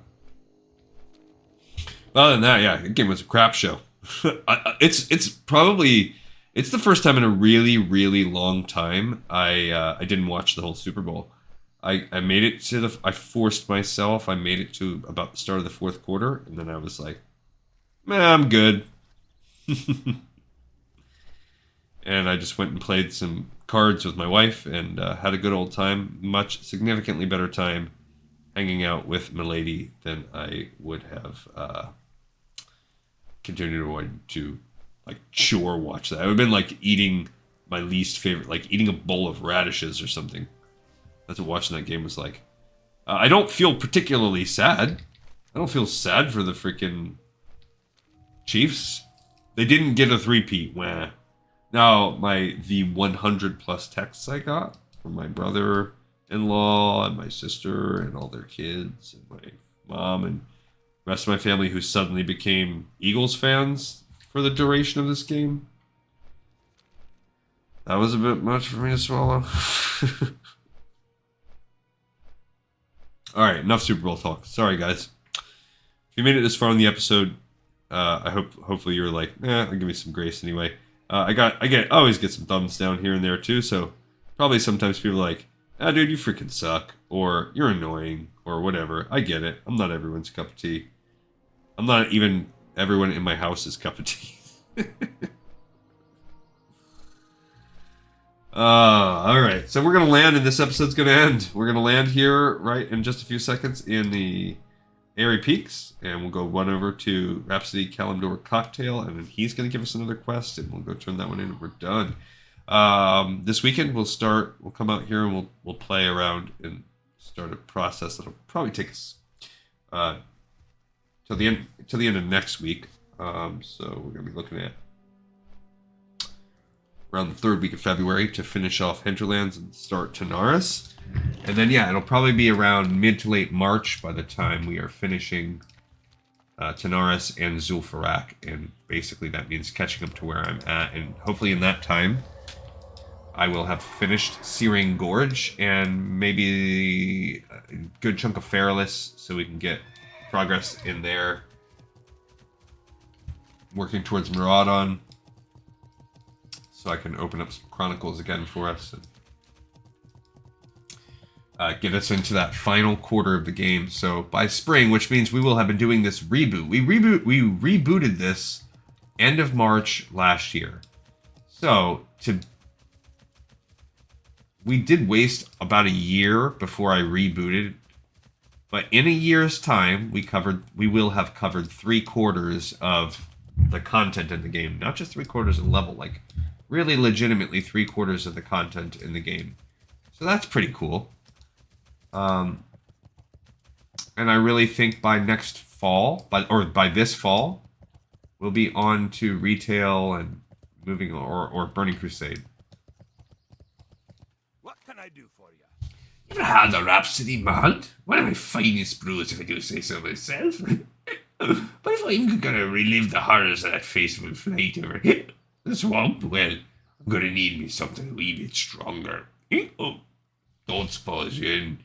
For me those gizzards and livers, I need to add that extra kick to my Kalimdor cocktail. I see you had no trouble at all getting me what I need. Must have been quite a stint you had over there in far-off Kalimdor. Won't take but a moment for me to extract what I need from these gizzards and livers. Hiccup! Hiccup! Distill me a fierce old drink, and finally tell you what you want to know. Hiccup! Getting shivers just thinking about that old swamp. Hiccup! Let me whip up a drink real fast. Before the flight, I drank me a whole keg of stout. Hiccup! What a flight it was. Zipping around with Brohan following me. Didn't see no temple, though. Hiccup! Well, didn't see no temple till I got a little too tipsy and fell off my mount. I plunged right into the water and was sucked down. Found myself surrounded by a bunch of creepy trolls. Sure swam out of there fast. Even made off with this troll souvenir. Here, take it to Brohan and let him know his temple is down there indeed. Hiccup. He walked around so much I couldn't even talk to him to get the quest. He said, Time to brew up a Kalimdor cocktail, Hiccup. That should do it, Hiccup. Hiccup. Oh, who pushed me down? Was it you, Glee Contessa? Someone turn the lights back on. Hiccup. One more sip of the old fire water and I'll be ready to talk. Hiccup. Cheers. So, Lycanthus, I'm ready to tell you what happened in the Swamp of Sorrows. Before the flight, I drank me a whole keg of stout. No. Hiccup. What a flight. I don't need that. But you know what stinks is that's freaking back in Stormwind.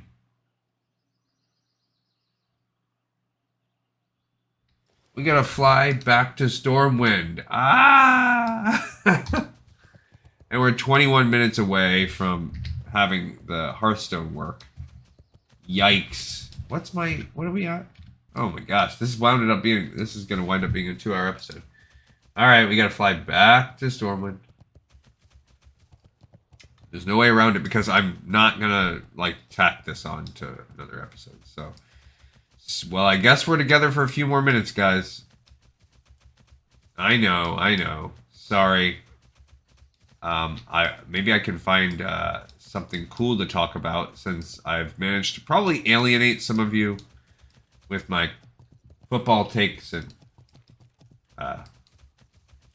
rap takes when this is a World of Warcraft show. So yeah, we're gonna find some other Warcraft related things to talk about. How about Stormwind? So we can turn in that quest. I cannot believe I stinking did that. I'm so disappointed in myself. All right, so flying back to Stormwind. Here we go. Go turn in and finally be done with the Hinterlands. All right, what else do we got on the old Warcraft? It's too hard when I look at Reddit. There we go. I'll just look at Warcraft lore. So, whoa. There is. What would you say is the most common lore? Someone posted this 4 weeks ago. The most common lore misconception among Warcraft fans. Let's see what people say. Thrall cheated? I don't even need to dig into that. I don't care. And then people really talk about that for a long time. That's what half of this eventually is about. Portals and teleportation take quite a bit of effort to do. Theramore was not neutral, nor was a military base. It was a city of the Alliance ever since Warcraft 3. Okay. That's not really... I can't really imagine that that's a misconception. It says it was a whole nation. Yeah, okay, I don't like this thread because it seems... Is Warcraft lore worth it? What the heck? How could that even be a discussion topic? Is Warcraft lore worth it? Of course. That's why I do this show. Come on. What a... Hot take, has the Warcraft franchise always had terrible writing? Sorry, it's not a hot take. It's mostly yes. It's mostly yes, guys. There are some... It's like... Okay. The world building's cool. The concepts are cool. The dialogue is mostly bad. The drama behind some of the plot devices, often bad. It's gotten better with time and more resources, but I look at some of the things and I'm like, oh my gosh, really? Like, no one could do better than this? I do have that thought a lot for such a big organization. But, okay, let's say you're like, you give it an excuse and you're like, okay, this is like a polygonal, old school, you know, middle of the track, mostly non-offensive, kind of tongue-in-cheek, doesn't take itself too seriously. Yeah, but, you know, look at, like, the Telltale games and all the Lego games in those series. That is a franchise that absolutely does not take itself seriously, often does not even have dialogue, and the writing is usually better. Oh, look at this. But then look at the world building. You see a crash plane in the side of that mountain right there that you're only ever going to see on this particular flight path. And that's cool. See, that's a neat little thing. It says, we all know the writing for the recent expansions has been heavily criticized for its heavy retcons, character assassinations, and wasted plot potential. 3 valid points. Retcons are annoying but sometimes necessary, so I can forgive them. The franchise has been living and breathing for 20 years. Good writing would change those things. But since this is not like a book and it's a universe, you can't just rewrite a different plot that explains something away because there's all these often archaeological artifacts that you're now going back and changing. So then retconning is all that really can happen. Character assassinations often happen in long-running series. There's 2 sides to it. These people are going to change over 20 years also, so whether you like it or not. I think about the Dritz Duerden series, and similarly about 20 years into that franchise, you know, it gets stale if you're an artist, and he up and kills essentially every character in the series. Old R.A. Salvatore. I can also forgive that, even though I hate it. At least send them off nice, and that goes to the second half of the coin of character assassination. Don't destroy the characters I love by making them into something they've never been until that moment. Like, you can John Wick style break someone, but even when John Wick breaks, he's still awesome and has like this sense of valor. Even like Dexter on the serial killer show, he has this inner core value. Like, a lot of the times it's like trying to argue that Sylvanus has this inner core value. It's hard during some points of the plot, you know. And then wasted plot potential. Well, hell, that's been happening since Classic. You can't just criticize it right now. We literally just talked about it in Airy Peaks. You waste an entire plot potential for the Wildhammer Dwarves. When you have dev cycles that are essentially pumped out in the same way that Call of Duty is pumped out, you have to make a new expansion every 2 years. Well, then you're screwed. You can't artistically let something breathe. So I understand why all these things happen, and it's made up by the fact that this is a game, and ultimately it's still pretty fun to play. However, I've been noticing lately among the franchise's fan base, Reddit says, is that some among them, disillusioned with terrible storytelling over the past 2 expansions — I haven't played War Within, so I can't speak to that — are making the bold claim that throughout the 27 years it has existed, the writing's never once been truly exceptional, nor could it even be considered remotely good. I beg to differ. There are writers, although Cuzzy recently brought to my attention that Christy Golden is no longer among them.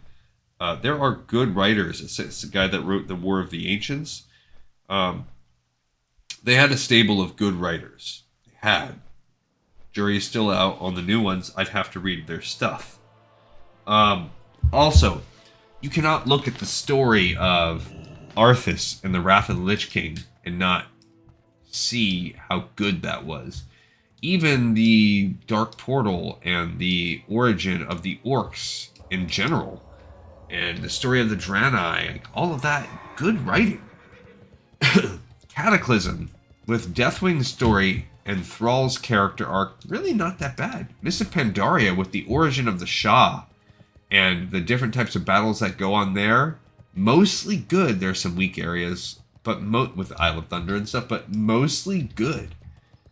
Now, Warlords of Draenor, it starts to come off the rails, and I can understand where criticism — I think that's probably where the cracks start to show in the facade. Legion, though, it gets back to business with pretty darn good storytelling. Although, again, it does start to go off the rails a little bit here and there, especially towards the end. How are ya? At long last you've returned, Recondescent. It's been quite some time since we last spoke. Thought perhaps you'd forgotten about my quest. Did you locate that wily Griffin Rider? Do you have anything to report? Rhapsody Shindigger. That's right. How could I forget such a name? So he knew about the sinking of the temple all along? Yeah, That certainly mother. would have saved you some legwork. But this Atalai artifact, it's quite... Alright, so we will pick that quest up later. Oh, he's like, what is he doing? He's like bowing before me, like praying. Alright, so that's it for my rant on that, my incomplete rant, but you've heard enough from me today. I thank you everybody so much for watching and for listening and for tuning in, and continue to do so if you want to see more of this. If not, I get it. No, I don't. This show is awesome. I'll see you guys next time on Lore of Warcraft.